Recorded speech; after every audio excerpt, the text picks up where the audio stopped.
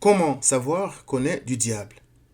Christ a été arrêté, battu et crucifié alors qu'il est écrit qu'il n'a point commis de péché. 1 Pierre 2, 22. Ses ennemis lui ont seulement reproché le fait d'avoir dit qu'il était Dieu. Il est écrit. Les Juifs lui répondirent, ce n'est point pour une bonne œuvre que nous te lapidons, mais pour un blasphème. Et parce que toi qui es un homme, tu te fais Dieu. Jean 10, 33. Or, les preuves étaient là. Quand Jean-Baptiste a demandé à Christ s'il était le Messie, Christ a répondu, les aveugles voient, les boiteux marchent, les lépreux sont purifiés, les sourds entendent, les morts ressuscitent, la bonne nouvelle est annoncée aux pauvres. Luc 7, 22. Il a néanmoins été tué, ainsi que ses disciples, pour avoir prêché en disant « Il n'y a de salut en aucun autre, car il n'y a sous le ciel aucun autre nom qui ait été donné parmi les hommes par lequel nous devions être sauvés. » Acte 4, verset 12. La liste est longue, voire Hébreux 11.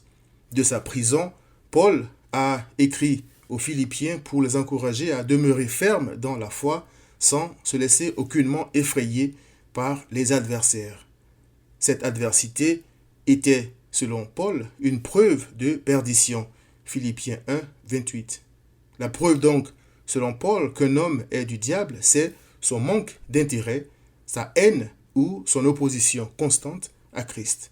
Je m'explique.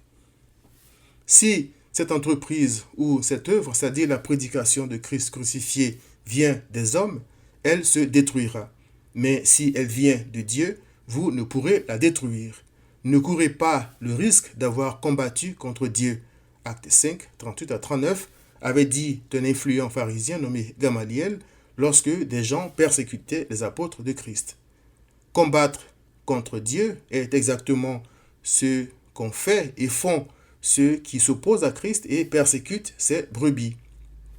Sur la liste de ses ennemis de Christ figurent entre autres ceux qui ont mieux à faire que d'écouter Dieu, ceux qui se croient trop intelligents pour croire qu'il n'y a qu'un seul chemin qui mène à Dieu, c'est-à-dire Christ, ceux qui rejettent Christ parce qu'ils sont nés dans une autre religion, ceux pour qui Dieu n'existe pas, ainsi que ceux qui mènent une violente campagne contre l'Église de Christ. Ces gens-là sont perdus, dit Paul, ils ont l'intelligence obscurcie, ils sont étrangers à la vie de Dieu à cause de l'ignorance qui est en eux, à cause de l'endurcissement de leur cœur. Éphésiens 4, verset 18. Par conséquent, ils refusent par orgueil d'être sauvés par Christ alors qu'ils sont en train de se noyer dans le péché. Ils refusent obstinément de se soumettre à Christ et périssent dans leur rébellion. Dans sa réponse à Jean-Baptiste, Christ a aussi dit « Heureux celui pour qui je ne serai pas une occasion de chute ». Luc 7, 23. Car la fin d'un tel homme, c'est la destruction. Philippiens 3, 19.